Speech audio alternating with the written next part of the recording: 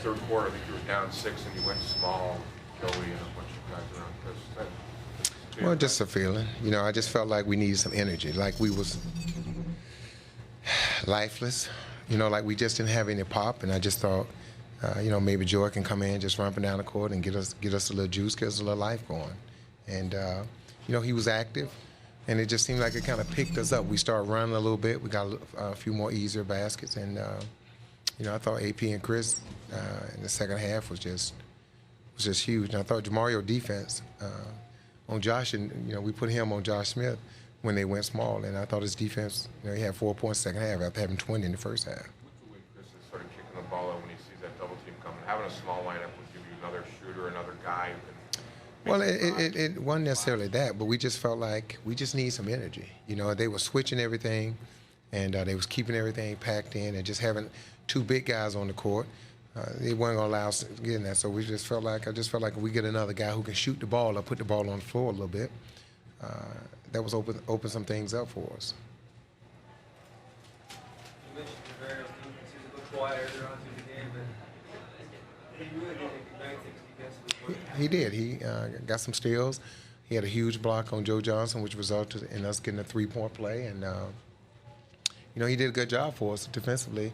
And then, you know, the dunk Jose found him on gave us a little life, and the pass he dropped off of Chris for a three-point play, and just being able to switch and move our feet, and having he and Chris out there on the court together, sometimes against small lineups, it gives us two shot blockers. Talk a little bit about Chris, the run he's on. It's been Hey, man, I don't even want to talk about it. We don't want you guys to jinx him now, because that's what y'all are good for, especially some of you, with your Budweiser. Oh, we'll talk about that later. I didn't mean to call you out like that. Yeah, but I mean, as much as you go to him, if he's playing just okay, you're going to get. Well, no, what you have to understand is that Chris doesn't have to score the ball. Chris just have to command a double team. So even nice if he's not scoring, you know, like he's been scoring the past couple of weeks, hey, if Chris got a smaller guy on him, or if he's one-on-one on the post, teams are going to trap him. Or they're going to risk guys getting in foul trouble because he's taking the ball to the basket. He's shooting the ball well. And so even if Chris, you know, the other night he took 12 shots. He scored 31 points, but he only took 12 shots.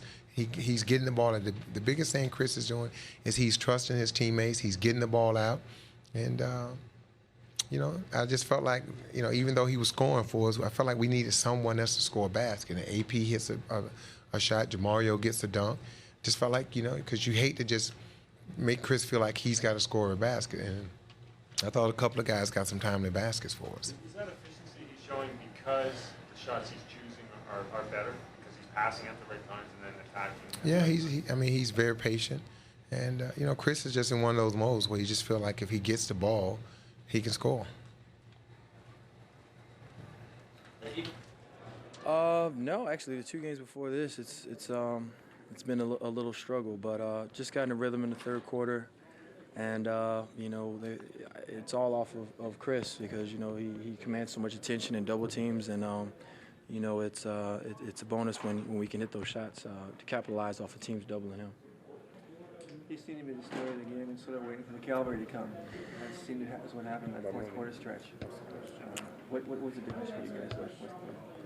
I think we just started hitting shots, and defensively we got some stops, some steals. Jamario came up huge with a lot of steals and a lot of key blocks. Chris Bosh rotating over, getting rebounds, and you know, I think that's when we're at our best. I think we played decent defense in the first half, but just didn't get it done offensively, and so and gave up too many second chance points, and I think we cleaned it up in the second half.